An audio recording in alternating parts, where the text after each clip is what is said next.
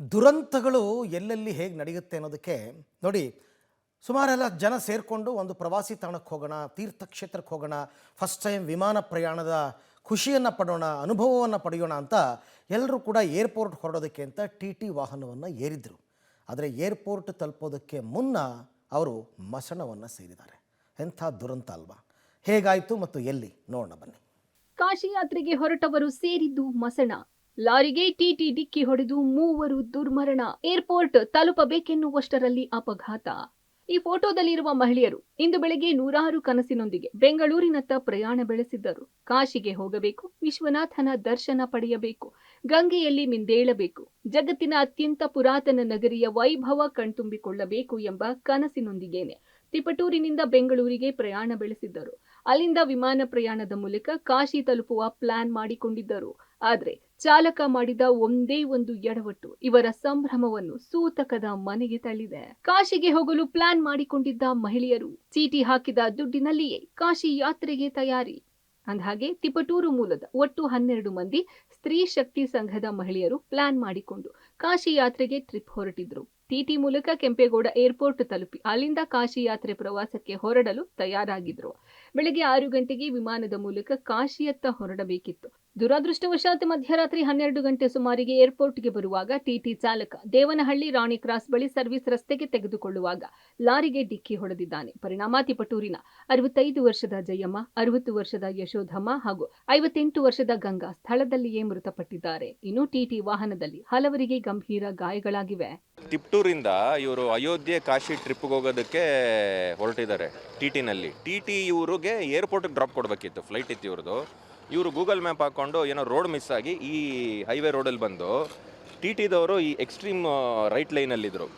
Sudden ಆಗಿ centre ಲೈನಿಗೆ ಬಂದಿದ್ದಾನೆ. ಆವಾಗ ಸೆಂಟ್ರ್ ಲೈನಲ್ಲಿ ಬರ್ತಿದ್ದ ಟಿಪ್ಪರ್ ವೆಹಿಕಲ್, ಲಾಂಗ್ ವೆಹಿಕಲ್ಲು ಇದಕ್ಕೆ ಡಿಕ್ಕಿ ಹೊಡೆದಿದ್ದಾರೆ.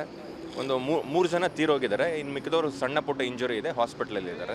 ಟೋಟಲ್ ಅವರು ತಿಪ್ಟೂರ್ನವರು ಟೋಟಲ್ 13 ಜನ ಇದ್ರು ವೆಹಿಕಲಲ್ಲಿ. ಸೊ 3 ಜನ ಲೇಡೀಸ್ ತೀರೋಗಿದ್ದಾರೆ, ಮಿಕ್ಕಿದವರೆಲ್ಲ ಮೈನರ್ ಇಂಜುರಿ ಇದೆ, ಎಲ್ಲ ಔಟ್ ಆಫ್ ಡೇಂಜರ್ ಇದ್ದಾರೆ. ಒಬ್ಬರು ಸ್ವಲ್ಪ ಸೀರಿಯಸ್ ಇದ್ದಾರಂತೆ, ಅದು ನೋಡಬೇಕು, ಹಾಸ್ಪಿಟ್ಲಲ್ಲಿ ಹೋಗಿ ನೋಡಬೇಕು. ಇನ್ನು ತಿಪಟೂರಿನಿಂದ ಹೊರಟ ಟಿಟಿ ಚಾಲಕ ದೇವನಹಳ್ಳಿ ಏರ್ಪೋರ್ಟ್ ತಲುಪಲು ಗೂಗಲ್ ಮ್ಯಾಪ್ ಬಳಸಿದ್ದಾನೆ ಎಂದು ತಿಳಿದು ಬಂದಿದೆ.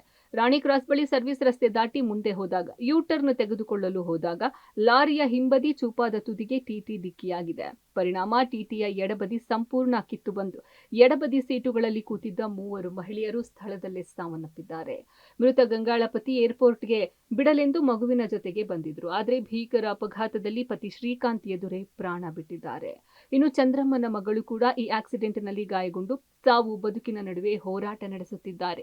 ಅಪಘಾತದ ಬಳಿಕ ಟಿಟಿ ಚಾಲಕ ಎಸ್ಕೇಪ್ ಆಗಿದ್ದಾನೆ. ಸ್ತ್ರೀ ಶಕ್ತಿ ಸಂಘದಿಂದ ಕಾಶಿ ಅಯೋಧ್ಯೆ ಕಡೆ ಹೋಗ್ಬೇಕು ಅಂತೇಳಿ ಏರ್ಪೋರ್ಟಿಗೆ ರಾತ್ರಿ ನೈಟಿಂದ ಹೊರಟರು. ಇಲ್ಲಿ ಬರಬೇಕಾದ್ರೆ ಈಗ ಒಂದು ಆಕ್ಸಿಡೆಂಟ್ ಆಗಿ ಅದರಲ್ಲಿ ನಮ್ಮ ತಾಯಿನೂ ಎಲ್ಲ ತೀರೋಗಿದ್ದಾರೆ. ಅದೊಂದು ಬೇಸರ ಆಗ್ತಾ ಇದೆ. 13 ಜನ ಹೊರಟಿದ್ರು, ಅದ್ರಲ್ಲಿ 3 ಜನ ಡೆತ್ ಆಗವ್ರೆ. ಇದ್ದವರೆಲ್ಲ ಹಾಸ್ಪಿಟ್ಲ್ ಅಡ್ಮಿಟ್ ಆಗಿದ್ದಾರೆ. ಜಯಮ್ಮ ಅಂತೇಳಿ, ಯಶೋದಮ್ಮ, ಗಂಗಮ್ಮ ಅಂತೇಳಿ. ಆರೋಗ್ಯ ಯಾವ ಥರ ಇದೆ ಅಂತ ಏನು ಹೇಳ್ತಿಲ್ಲ ಅಣ್ಣ. ICUಲಿ ಅಡ್ಮಿಂಟ್ ಆಗವ್ರೆ. ಬೆಳಗಿನ ಜಾವ 6 ಗಂಟೆ ಫ್ಲೈಟ್ಗೆ 9:15 ಹೊರಟಿದ್ದಾರೆ ಟಿಪ್ಟೂರಿಂದ. 9:15 ಹೊರಟಿ ಇಲ್ಲಿ ಎಷ್ಟೊತ್ತಿಗೆ ಈ ಥರ ಆಗಿದೆಯೋ ಗೊತ್ತಿಲ್ಲ. ನಮಗೆ ಒಟ್ಟಿನಲ್ಲಿ 12 ಗಂಟೆಗೆ ಫೋನ್ ಬಂದಿದೆ. 12 ಗಂಟೆಗೆ ಫೋನ್ ಬರೋ ಹೊತ್ತಿಗೆ ನಮ್ಮ ಅಜ್ಜಿ ಒಬ್ಬರು ಡೆತ್ ಆಗಿದ್ದಾರೆ, ಇನ್ನೊಬ್ಬರು ICUಲಿದ್ದಾರೆ, ನಮ್ಮ ಅಮ್ಮನೂ ಸಹ ICUಲಿ ಅವರೇ. ಟಿ ಯಾವ ಥರ ಅಂದರೆ ಭಾರಿ ಭಯಂಕರ ಹೊಡೆದ್ಬಿಟ್ಟವನಣ್ಣ. ನೋಡಿದ್ರೆ ಡ್ರೈವರ್ದೇ ತಪ್ಪು ಅನಿಸುತ್ತೆ. ಓವರ್ ಸ್ಪೀಡ್ ಇರ್ಬೋದಣ್ಣ, ಇಲ್ಲ ಸ್ವಲ್ಪ ನಿಧಾನಕ್ಕೆ ಬಂದಿದ್ರೆ ಈ ಥರ ಎಲ್ಲ ಆಗೋದು ಗಾಡಿ. ಓವರ್ ಸ್ಪೀಡಾಗಿ ಬಂದೇ ಹಿಂಗಾಗಿರೋದು ಗಾಡಿ. ನಿಂತಿದ್ದ ಕ್ಯಾಂಟರ್ಗೆ ಈಚರ್ ವಾಹನ ಡಿಕ್ಕಿ, ಚಾಲಕ ಸಹಾಯಕ ಸೇರಿ 3 ದುರ್ಮರಣ.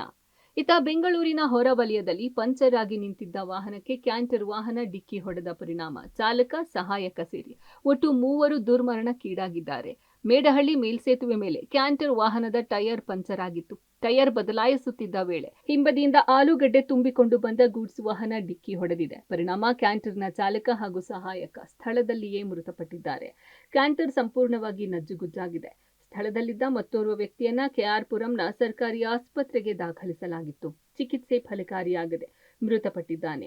ಮೃತರನ್ನ ವೈಟ್ಫೀಲ್ಡ್ ನಿವಾಸಿಗಳಾದ ಮಣಿಕಂಠ, ಸುರೇಶ್ ಮತ್ತು ಶ್ರೀನಿವಾಸ್ ಎಂದು ಗುರುತಿಸಲಾಗಿದೆ. ಸ್ಥಳಕ್ಕೆ ಉತ್ತರ ವಿಭಾಗದ ಡಿಸಿಪಿ ನೇಮಗೌಡ ಭೇಟಿ ನೀಡಿ ಪರಿಶೀಲನೆ ನಡೆಸಿದ್ದು ಈಚರ್ ವಾಹನದ ನಿರ್ಲಕ್ಷ್ಯ ಕಂಡು ಬರ್ತಿದೆ ಎಂದು ಹೇಳಿದ್ದಾರೆ. ಒಂದು ಆಕ್ಸಿಡೆಂಟ್ ಆಗಿದೆ. ಒಂದು ಈಚರ್ ಗಾಡಿ ಮತ್ತು ಇನ್ನೊಂದು ಟಾಟಾ ಎಸ್ ಗಾಡಿಗೆ.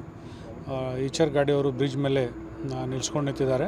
ಈ ಈಚರ್ ಗಾಡಿಯವರು ಹಿಂದಿಂದ ಬಂದು ಹೊಡೆದಿದ್ದಾರೆ. ಅದರಲ್ಲಿದ್ದ ಆ ಈಚರ್ ಗಾಡಿಯಲ್ಲಿರ್ತಕ್ಕಂಥ ಇಬ್ಬರು ಮೃತಪಟ್ಟಿದ್ದು, ಒಬ್ಬರಿಗೆ ಗಂಭೀರ ಗಾಯಗಳಾಗಿದೆ, ಆಸ್ಪತ್ರೆಗೆ ಶಿಫ್ಟ್ ಮಾಡಲಾಗಿದೆ.